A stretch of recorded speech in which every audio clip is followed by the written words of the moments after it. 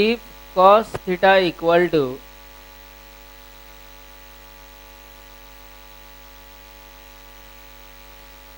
minus 3 by 5, where pi less than theta less than 3 pi by 2.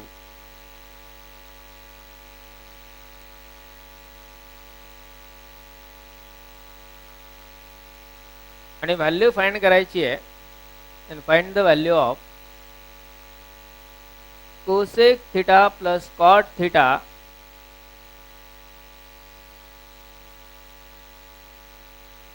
divided by sec theta minus tan theta. Usual type आहे. एका ratio वरून बाकी सगळ्या रेशोची value find करणे. एका रेशोवरून बाकी सगळ्या रेशोच्या व्हॅल्यू फाइंड करायला आपण आयडेंटिटीचा वापर करू शकतो किंवा आयडेंटिटीज आणि बेसिक रिलेशन्स किंवा डायरेक्ट ट्रिक काय ट्रायंगल काढून. ओके, करा एकदा सॉल्व.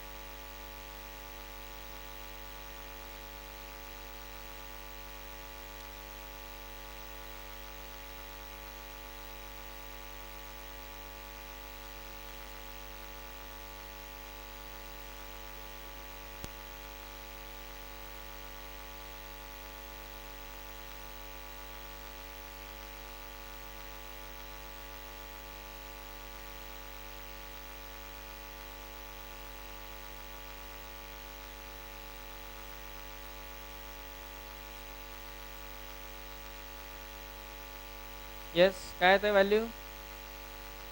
हां, 1/6. काय वापरणार मेथड त्याला शॉर्ट ट्रिकची? ट्रँगल काढायचा आधी. ट्रँगलचा एक अँगल कन्सिडर करायचा थीटा, राईट अँगल ट्रँगलचा. व्हॅल्यू दिलेली आहे कॉस थीटा. कॉस म्हणजे काय असतं? Adjacent side upon adjacent side किती? हायपोटेनियस 5. पायथागोरस थेरम नुसार, पायथागोरस काय असतं हे तर माहिती पाहिजे, त्याला पर्याय नाही. किती? 4 झालं. आता आपल्याला व्हॅल्यू कोणाच्या लिहायच्या आहेत? Cosec theta. आधी ट्रँगल वरून सगळ्या व्हॅल्यू लिहून काढायच्या, मग क्वाड्रंटचा विचार करू. कोसेक थीटा हायपोटेनियस अपॉन साइनचा रेसिप्रोकल, बरोबर. 5/4. Cot theta adjacent side upon opposite side 3/. आता बेसिक डेफिनेशन्स तर माहिती पाहिजेत, त्याला पर्याय नाही, कारण डिफिकल्टी तिथंच आहे. आपला काही न करता उत्तर यावं असं वाटतं, ते येत नसतं. काहीतरी तर प्रिपरेशन आपलं पाहिजे. त्यानंतर sec theta. Sec theta 5 upon hypotenuse upon adjacent side. आणि टॅन थीटा, टॅन थीटा म्हणजे कॉट थीटाचा रेसिप्रोकल 4/. आधी या व्हॅल्यू ट्रँगल वरून लिहून काढायच्या. आता बघायचं साइन क्वाड्रंट नुसार. थीटा कुठल्या क्वाड्रंट मध्ये आहे म्हणून सांगितलंय, π to 3π/2 म्हणजे. आणि थर्ड क्वाड्रंट मध्ये कोण कोण पॉझिटिव्ह असतं? टॅन आणि कॉट. हे कॉट थीटा आणि टॅन थीटा पॉझिटिव्ह राहतील, बाकी सगळे म्हणजे कोसेक कसा येईल आणि सेक कसा येईल, बरोबर. या व्हॅल्यूज टाकून द्यायच्या. आता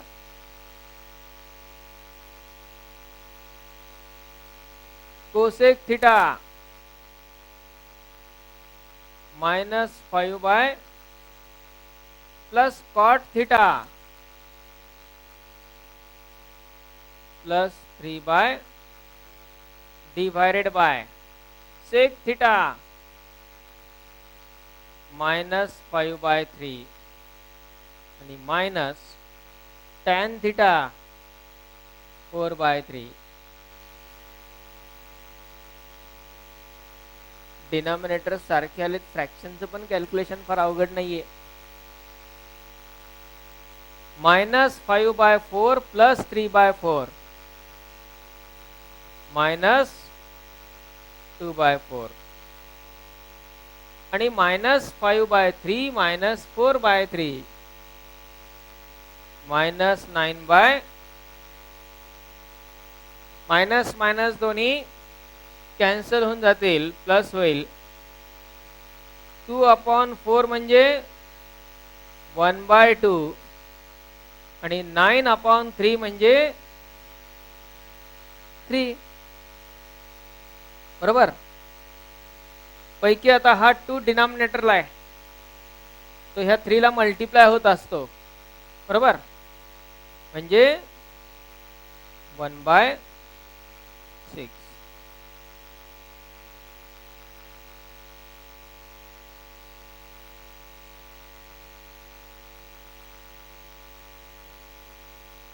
remember trick, triangle, right angle triangle तयार करायचा.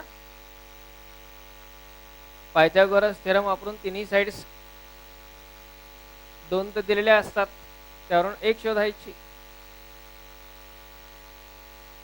सगळे ट्रिग्नोमेट्रिक रेशो आपण लिहू शकतो, पण जेवढे पाहिजेत त्या व्हॅल्यू लिहिल्या. आणि फक्त क्वाड्रंट नुसार चिन्ह बदलायचे. That's it.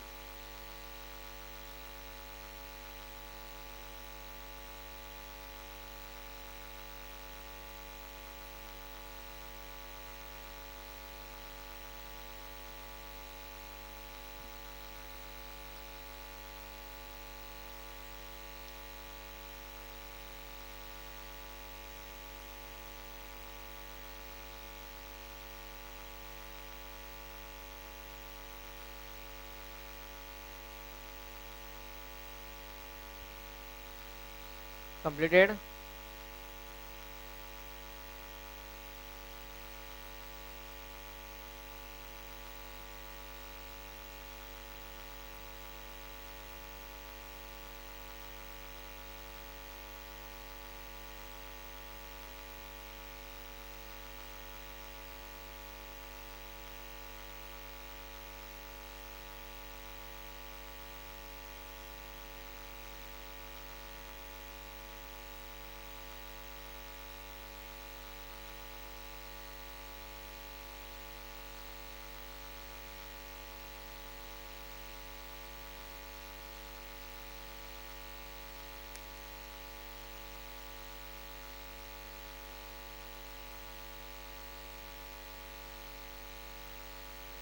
नेक्स्ट अशाच प्रकारचा आणखी एक 40 नंबरचा. इफ कॉट थिटा, हे झालंय का लिहून समोरचं?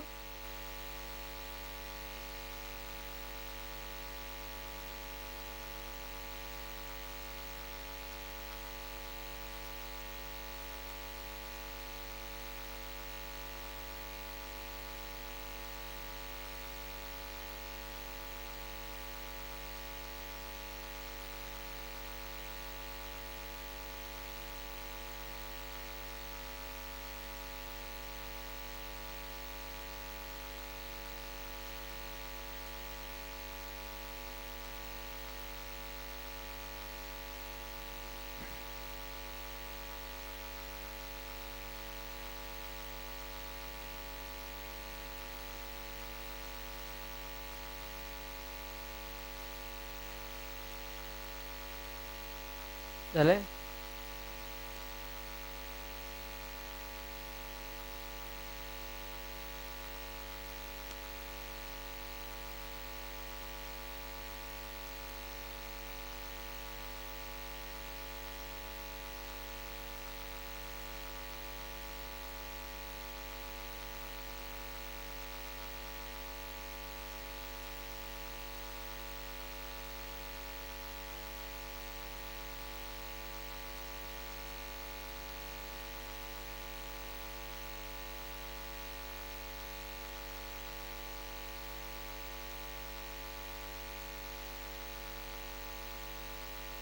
डिफिकल्टीज ओव्हरकम करण्याचा एक सोपा उपाय सांगतो तुम्हाला. काय करायचं, आपल्या घरामधले कुठलेही 3 जण डिसाईड करायचे. एक जणाला फक्त 11th आणि 12th मधले जेवढे आपले महत्वाचे सगळे फॉर्म्युले आहेत, स्टँडर्ड रिझल्ट, तेवढे पाठ करायला सांगायचे. दुसऱ्याला फक्त एकच काम द्यायचे, जे बेसिक अल्जेब्रिक 8वी 9वीच्या लेवलचे वगैरे जे फॉर्म्युले आहेत सर्व सिम्प्लिफिकेशनचे, ते अल्जेब्रिक सिम्प्लिफिकेशन, अल्जेब्रिक फॉर्म्युले, ए प्लस बी ब्रॅकेट स्क्वेअर, ए मायनस बी ब्रॅकेट स्क्वेअर वगैरे असले सगळे अल्जेब्रिक फॉर्म्युले एवढेच पाठ करायला सांगायचे, त्याचीच प्रॅक्टिस करायला सांगायची. आणि तिसऱ्या व्यक्तीला सांगायचं, तू फक्त न्यूमरिकल कॅल्क्युलेशनवरती फोकस कर, अपूर्णांकाची बेरीज, वजाबाकी वगैरे. 3 लोकांना 3 कामं वाटून द्यायची. तुम्हाला कुठल्याच प्रॉब्लेमची काही डिफिकल्टी येणार नाही. आता तिन्ही गोष्टी आपण तर करणं शक्य नाही, बरोबर आहे. आपल्या एकट्यालाच या 3 गोष्टी कशा जमतील? हे सगळं करून मग अभ्यास कधी करायचा? त्यामुळे कामं वाटून द्या. ह्या 3 गोष्टी, हे 3 लोक तुमच्या सोबत असले की तुमचा कोणताही प्रॉब्लेम सॉल्व्ह होतो.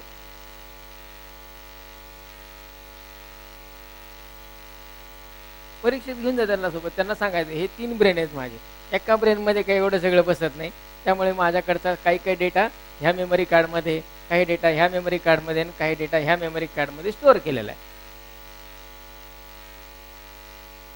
तीन मेमरी कार्ड घेऊन जायची सोबत आपल्या, समजाय ना.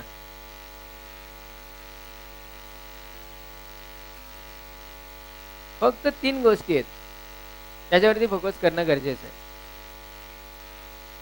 एक म्हणजे जो ॲक्च्युअल पोर्शन आहे त्याचे सगळे रिझल्ट्स, आणि त्याच्याही पेक्षा जास्त त्रासदायक बाकीचे 2 आहेत, न्यूमरिकल कॅल्क्युलेशन आणि अल्जेब्रिक सिम्प्लिफिकेशन. ह्या सगळ्या थिंग्स, कारण बऱ्याच जणांना त्याची स्वतः करण्याची सवय नसते. स्कूलमधून वगैरे पण आपण सुरुवातीपासून असंच काम करत आलेलो आहे. एखादा प्रॉब्लेम सोडवणं चालू असतं, कोणतरी कॅल्क्युलेशन करणारे 2-3 जण असतात, ते कॅल्क्युलेशन करतात, उत्तर सांगतात, बाकीचे आपले हो आमचं तेवढंच सुरू. आता आपण सगळीकडेच त्यांना सोबत नाही ठेवू शकत, मग आपल्या घरातच 3 लोकांना हे काम देऊन टाकायचं. ओके, घ्या next one. If cot theta equal to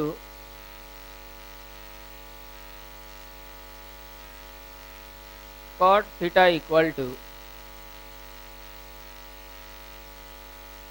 15/8,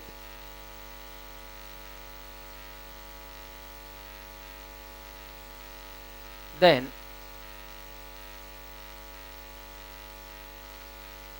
find the value of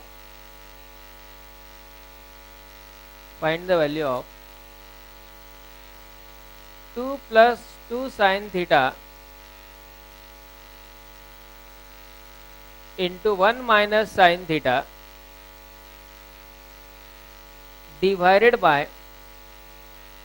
1 plus cos theta into 2 minus 2 cos theta. आता यामध्ये क्वेश्चन तर त्याच ट्रॅकचा आहे. कॉट थिटाची व्हॅल्यू दिलेली आहे, त्याच्यावरून ट्रँगल वरून साइन आणि कॉस फाइंड करता येतील. दोनच रेशो आपल्याला माहिती पाहिजेत, साइन थिटा आणि कॉस थिटाची व्हॅल्यू. क्वाड्रंट दिलेला नाहीये, आपला जो आवडतोय तो आपण ठेवू शकतो कुठलाही एक, काही प्रॉब्लेम नाही. कॉट थिटाची व्हॅल्यू पॉझिटिव्ह दिली आहे, याचा अर्थ फर्स्ट क्वाड्रंट असेल किंवा थर्ड असेल. बरोबर, कॉट कुठे कुठे पॉझिटिव्ह असतो, फर्स्ट किंवा थर्ड मध्ये.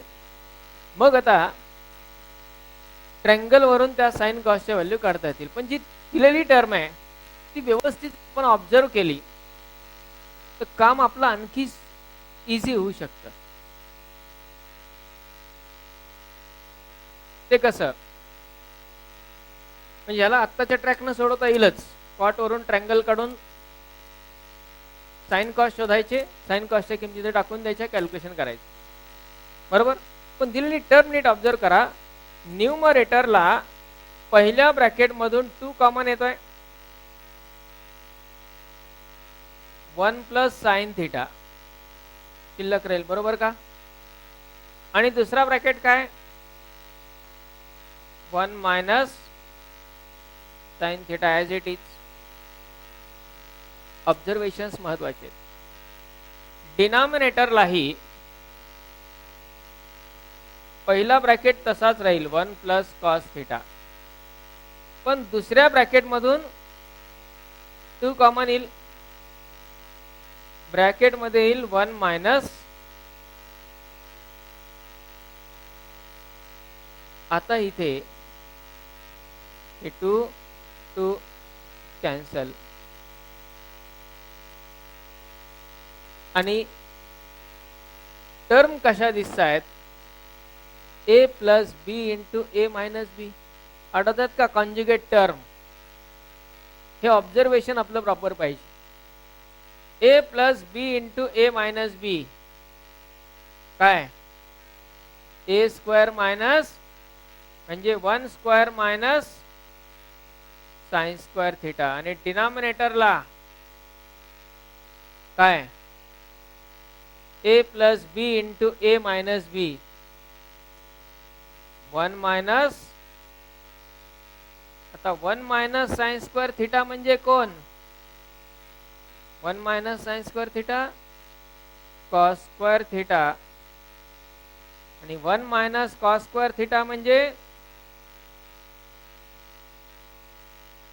Cos square theta upon sign square theta म्हणजे काय, कॉट स्क्वेअर थिटा, आणि आपल्याला व्हॅल्यूज दिलेली आहे कॉट थिटाची. अँगलची गरज नाही, पायथागोरसची गरज नाही, क्वाड्रंटची गरज नाही. बरोबर आहे. कॉट थिटा दिलाय 15/8, त्याचा फक्त स्क्वेअर करा. म्हणजे 15/8 ब्रॅकेट स्क्वेअर इक्वल टू काय आला, 225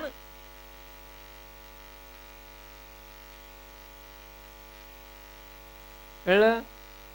असा सोडवला तुम्ही का युजुअल ट्रॅकने गेले? युजुअल ट्रॅकने ज्यांनी सोडवलाय त्यांना याचा इम्पॉर्टन्स लक्षात आला असेल आता. कारण ही व्हॅल्यू इथे टाकल्यानंतर मिळणाऱ्या टर्म्स मधून कॅल्क्युलेशन्स बरेच वाढतात. बरोबर आहे. जिथे कॉम्प्लिकेशन वाढतं तिथं मिस्टेकला चान्सेस पण वाढतात. शक्यतो काहीतरी सिंपल थिंग प्रत्येक वेळी त्यातमध्ये दडलेली असते, ती शोधता आले पाहिजे. नेहमीपेक्षा थोडं काहीतरी वेगळं दिसलं की आपला क्लिक व्हायला पाहिजे की यात काहीतरी सिंपल थिंग आहे. त्यामुळं एक्झाम्पल दिसलं की लगेच तुटून पडायचं नाही, तर ती विचार करायचा की नेमकी ज्याची व्हॅल्यू विचारली हा नेहमीसारखा दिसत नाही, 4-4 ब्रॅकेट दिलेत, काहीतरी आहे याच्यामध्ये. बरोबर आहे. Observations inversely proportional to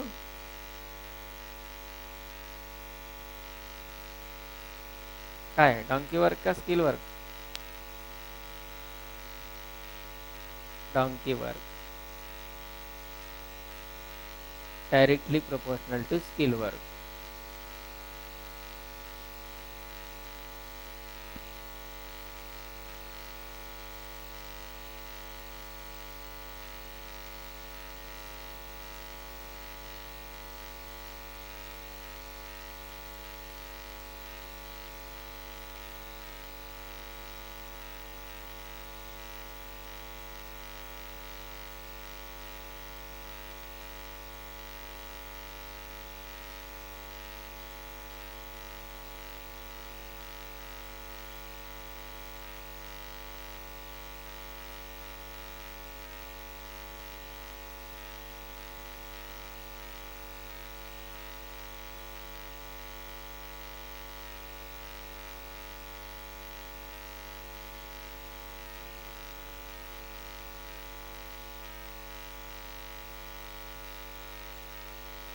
Completed.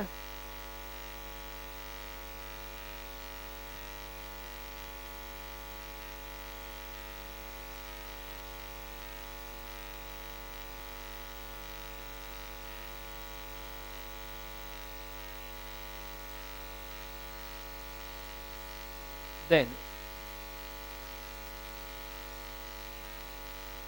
पहले कंप्लीट है क्या था? आणखी एक क्वेश्चन है. If x equal to, if simple question, r cos a into cos b, y equal to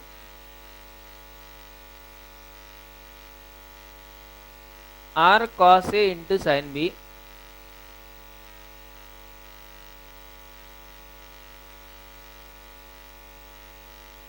and z equal to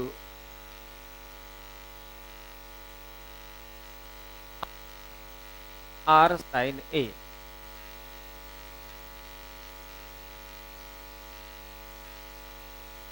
Then x square plus y square plus z square equal to X Y आणि झेडच्या value दिल्यात आणि X square plus Y square plus Z स्क्वेअरची value विचारली. Straight way question आहे. Square करून टाकून द्या ज्याची किंमत विचारली आहे त्यात. बरोबर, एक्स स्क्वेअर म्हणजे या पूर्ण टर्मचा स्क्वेअर होणार. मल्टिप्लिकेशन आहे त्यांच्यामध्ये, त्याच्यामुळे प्रत्येकाचा स्क्वेअर सेपरेट घेता येईल. इथं काही ए प्लस बी ब्रॅकेट स्क्वेअरच्या फॉर्म्युलाची गरज नाहीये. काय येईल एक्स स्क्वेअरची value R square cos square A into cos square B. Okay, plus Y square काय येईल R square into cos square A into sine square B. And Z square तिसरी टर्म काय येईल R square into sine square A. Value substitute केल्या. आता ह्या तीन term आहेत. तीन टर्म जर आपण ऑब्झर्व केल्या तर प्रत्येक टर्म मध्ये आर स्क्वेअर दिसतोच आहे. बरोबर आहे. आर स्क्वेअर आपण कॉमन घेऊ तिन्ही टर्म मधून. काय शिल्लक राहील बघा, ब्रॅकेट मध्ये cos square A into cos square B plus cos square A into sine square बी आणि प्लस तिसरी टर्म साइन स्क्वेअर ए. कॉस स्क्वेअर साइन स्क्वेअरचे टर्म दिसतात म्हणजे आयडेंटिटीचा वापर होतच असणार आहे यात सिम्प्लिफिकेशनला. आता ह्या तीन टर्म आहेत ब्रॅकेट मधल्या, ह्या टर्म ऑब्झर्व करा. या तीन टर्म मध्ये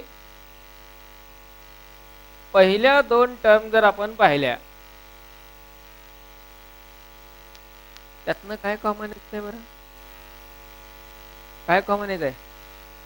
कॉस स्क्वेअर हे कॉमन येते पण दोनच टर्म मध्ये येत आहेत, तीन टर्म मधून येत नाही.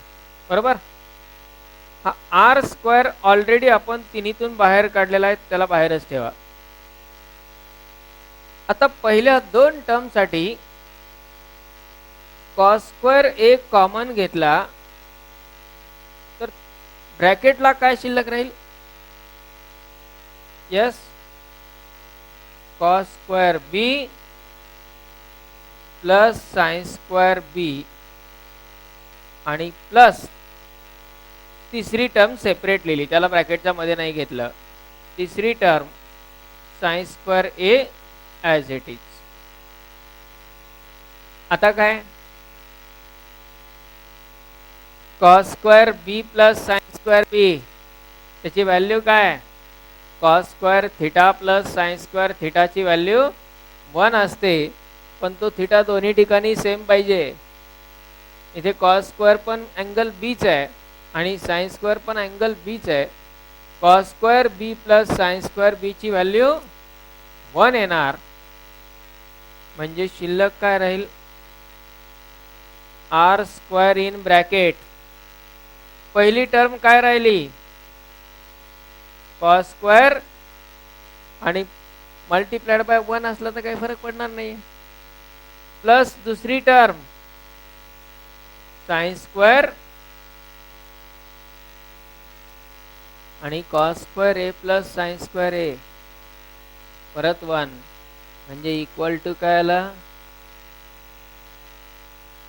फक्त आर स्क्वेअर.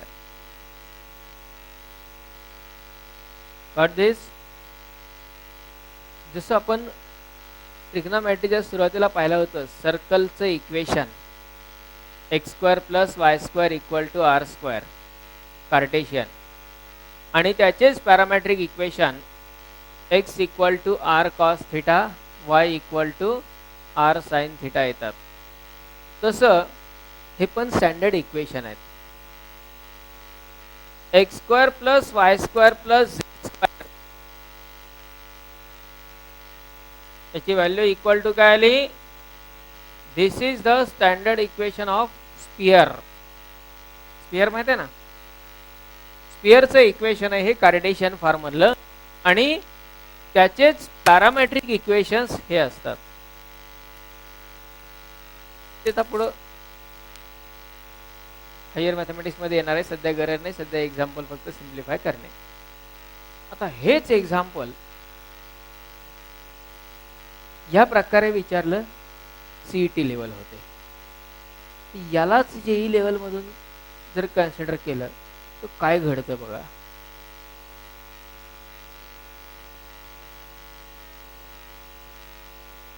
त्यामध्ये व्हॅल्यू अशा दिल्या जातात, x equal to r cos theta into cos phi,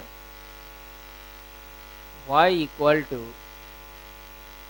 r cos theta into sin phi, and z equal to r sin phi. Value of x square plus y square plus z square find करायची. काय बदल दिसतोय? हा, दोन example मध्ये काय change दिसतोय? एक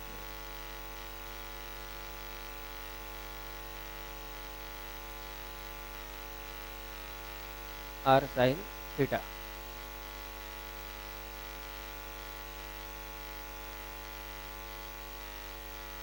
यस, काय केलंय? काय बदलय? फक्त अँगल ए आणि बी च्या जागी कोण आहेत? थीटा आणि झालं, लेवल वाढली क्वेश्चनची.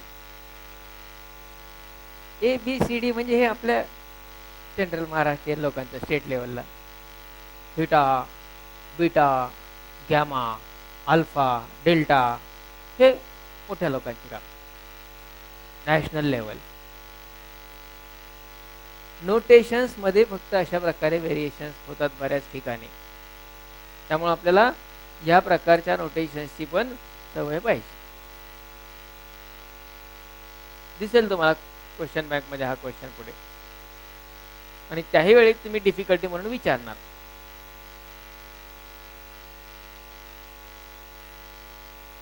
कारण आपण ए आणि बी मधला सोडवलाय, थीटा आणि फाय मधला कुठे सोडवलाय?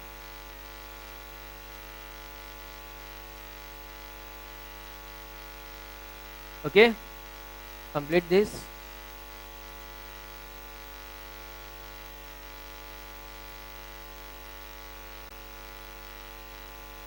नेक्स्ट,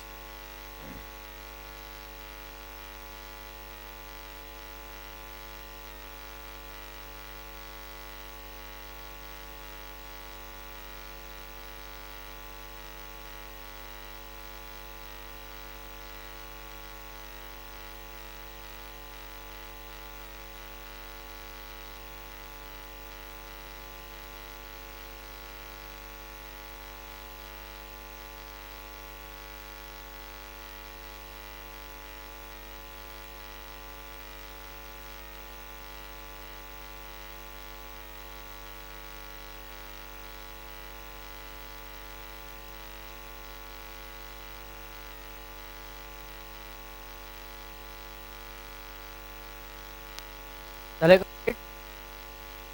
क्या है? हा एक खूप युजुअल क्वेश्चन आहे. If sine square theta,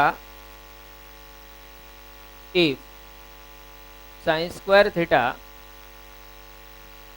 plus sine raise to 4 theta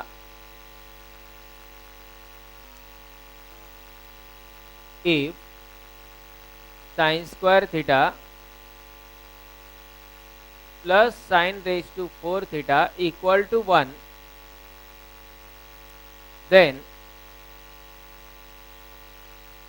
cot square theta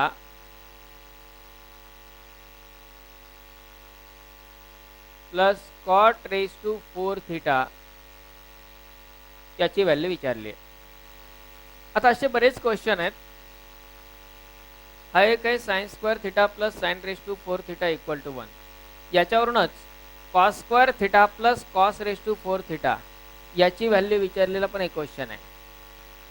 इथे cot विचारलाय.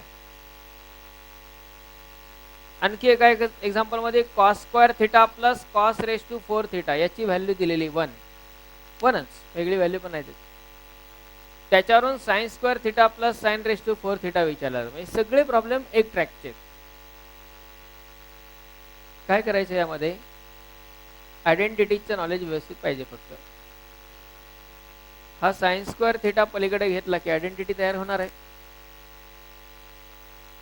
Sign raise to 4 theta equal to काय येईल 1 मायनस, बरोबर. आणि 1 मायनस साइन स्क्वेअर थिटा म्हणजे काय कॉस स्क्वेअर थिटा, बरोबर. साइन रेस टू 4 थिटाची व्हॅल्यू आली कॉस स्क्वेअर थिटा. दोन्ही साइडचं स्क्वेअर रूट घ्या. म्हणजे साइन स्क्वेअर थिटाची व्हॅल्यू काय येणार कॉस थिटा. साइन स्क्वेअर थिटाची व्हॅल्यू. आता याच्यावरून बाकी कुठलीही व्हॅल्यू जरी विचारली तरी फाइंड करता येईल. म्हणजे आता समजा आपण आधी इथे नाही विचारलेलं पण दुसऱ्या एका एक्झाम्पल पॉइंट ऑफ व्ह्यू याची व्हॅल्यू विचारली आपल्याला. Cos square theta plus cos raise to 4 थिटाची व्हॅल्यू विचारली. दोन प्रकारे सॉल्व करता येईल. एक म्हणजे कॉस स्क्वेअर थिटाच्या जागी काय लिहिता येईल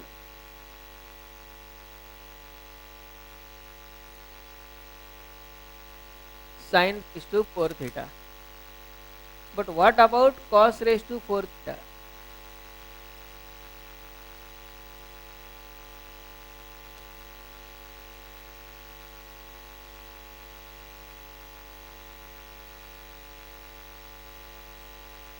त्याचा परत स्क्वेअर करायला लागेल, बरोबर. Sine raise to 8 theta. किंवा या दोन्ही टर्म मधून कॉस स्क्वेअर थिटा कॉमन घ्या. जास्त सोपं काम, बरोबर. कॉस स्क्वेअर थिटा जर कॉमन घेतला तर ब्रॅकेट मध्ये काय राहत आहे 1 प्लस कॉस स्क्वेअर. आता कॉस स्क्वेअर थिटाची व्हॅल्यू काय साइन रेस टू आणि 1 प्लस परत कॉस स्क्वेअर थिटाची value sine raise to 4 theta. आता कॉमन घेऊन हा नाही जास्त इझिली सॉल्व होणार. जर cos theta plus cos square theta असता तर तो कॉमन घेऊन जास्त इझिली गेला असता. आता मल्टिप्लाय करा ब्रॅकेटला. म्हणजे काय होणार तो sine raise to 4 theta plus sine raise to 8 theta, बरोबर. या फॉर्म मध्ये त्याची व्हॅल्यू येऊन जाईल. पण हा पुढे काही फार सिम्प्लिफाय होणार नाही. तसं तो मात्र सिम्प्लिफाय होईल कॉट वाला रिझल्ट. साइन कॉस वाले कोणते एक्झाम्पल्स आहेत sine theta plus sine square theta equal to 1. म्हणजे एक्झाम्पल प्रिव्हियसली एक विचारलेलं होतं sine theta plus sine square theta equal to 1 आणि त्याच्यावरून व्हॅल्यू विचारली जाते cos theta plus cos square थिटाची किंवा cos square theta plus cos raise to 4 थिटाची. असे वेगळे व्हेरिएशन्स त्यामध्ये आहेत. याच्यामध्ये कॉम्प्लिकेशन काहीच नाही, फक्त आयडेंटिटीज आणि बेसिक रिलेशन वापरायचे. आता आपलं जे कॉटचं एक्झाम्पल आहे यात काय करता येईल आपल्याकडे हे दोन इक्वेशन्स मिळालेले आहेत. त्याला आपण इक्वेशन 1 आणि 2 असं नाव देऊ.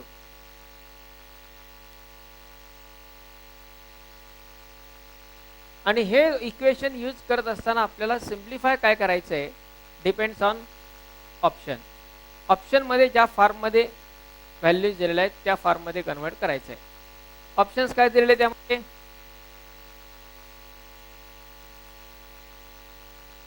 कॉन्स्टंट व्हॅल्यू दिल्या आहेत 1 2 4 वगैरे अशा, बरोबर आहे. याचा अर्थ हे सगळे इलिमिनेट होत असणार आहेत. बघूया आपण काय काय होतंय ते. कॉट म्हणजे कॉस अपॉन साइन, हे तर क्लिअर आहे, बरोबर. याला परत दोन प्रकारे जाता येईल. कॉट स्क्वेअर थिटा कॉमन घ्या, दोन प्रकारे गेलं. दुसरा मार्ग जर सांगितला तर ह्या सगळ्याची कुणाचीच गरज पडत नाही. कशी? कॉट स्क्वेअर थिटा कॉमन घेतला, काय राहिलं? 1 plus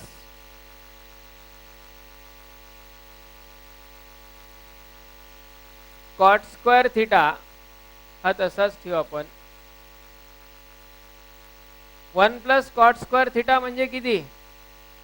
cosec square theta.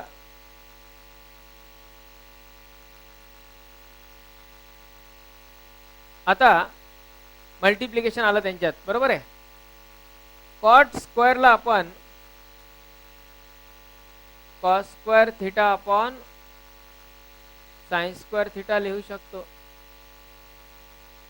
Multiplied by cosec square theta म्हणजे 1 upon sine square theta.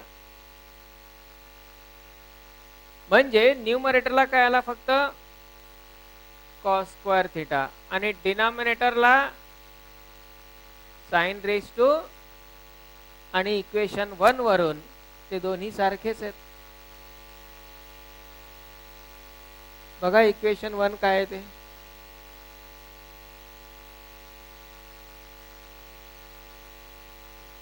Cos square थिटाचीच value sine raise to 4 theta आहे, किंवा साइन रेज टू 4 थिटाचीच व्हॅल्यू कॉस स्क्वेअर थिटा आहे. म्हणजे इक्वेशन 2 वगैरे ह्या पुढच्या पाठची गरज नाही. Cos square theta divided by sine raise to 4 थिटाची व्हॅल्यू आपण काय लिहू शकतो? From equation 1.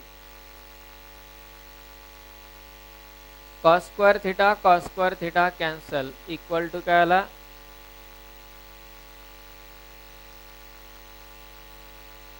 ओके. पण समजा आपल्याला हे कॉमन घ्यायचं वगैरे नाही लक्षात आलं, डायरेक्ट व्हॅल्यू पण टाका, काही प्रॉब्लेम नाही. म्हणजे कसं?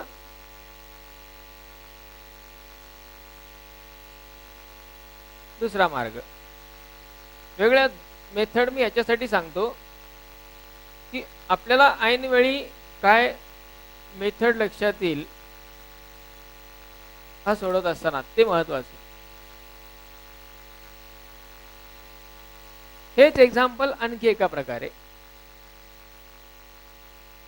Cot square theta plus cot raise to 4 theta direct sine cos मध्ये कन्वर्ट करून टाकायची. म्हणजे कॉट स्क्वेअर थिटाला काय लिहिता येईल? कॉस स्क्वेअर थिटा अपॉन, आणि plus cot raise to 4 theta काय लिहिता येईल? Cos raise to 4 theta upon sine raise to 4 theta. तर हे कन्व्हर्जन करून हे इझी आहे, पण इथे विचार करावा लागतो. तिथं काही विचार करायची गरज पडली, एकदा कॉमन घेतलं की पुढे काम सोपं होत गेलं. इथं विचार काय करावा लागते की इक्वेशन 1 आणि 2 नेमके आता कशा प्रकारे यूज करायची.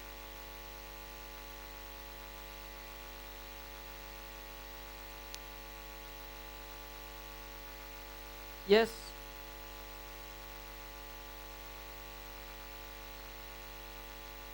कोणाच्या जागी कोणती व्हॅल्यू टाकायची?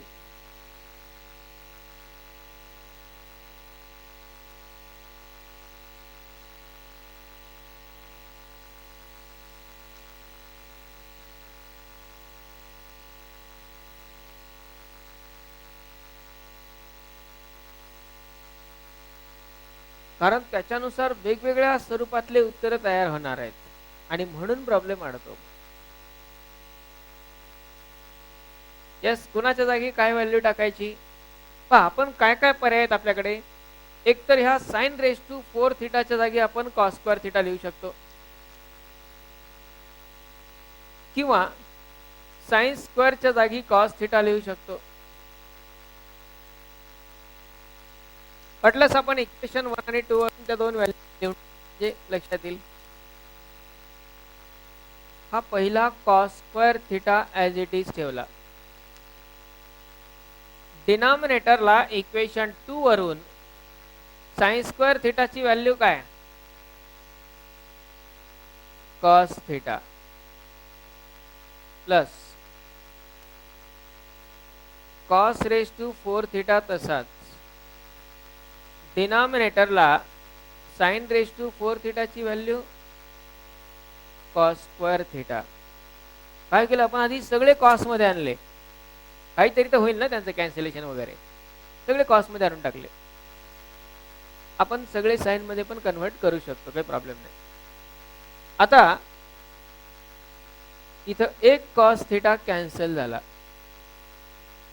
म्हणजे पहिल्या टर्मला शिल्लक काय राहिला? कॉस थिटा प्लस दुसऱ्या टर्म मध्ये कॉस स्क्वेअर थिटा आणि यातला स्क्वेअर कॅन्सल झाला. म्हणजे शिल्लक काय राहिला? Cos square theta.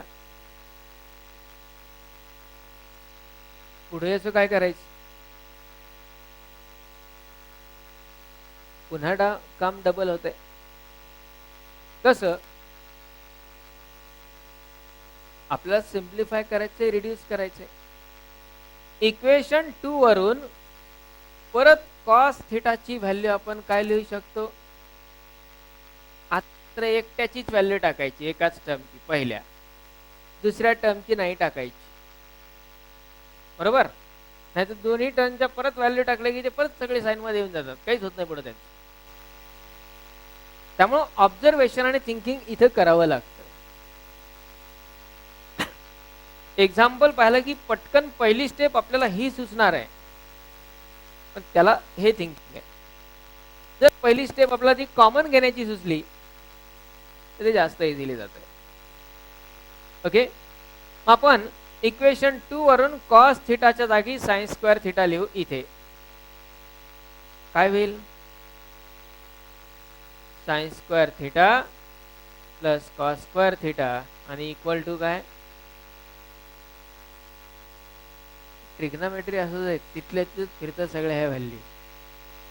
तिथूनच वेगवेगळे वेगळे फॉर्म्स तयार होतात. म्हणून इनिशियल वर्किंग तुम्हाला जे सांगितलं जातं करायला ते त्याच्यासाठी की नेमकं आपला अप्रोच कुठल्या डायरेक्शन मध्ये जातोय. ओके, व्हॉट दिस? ठीक आहे.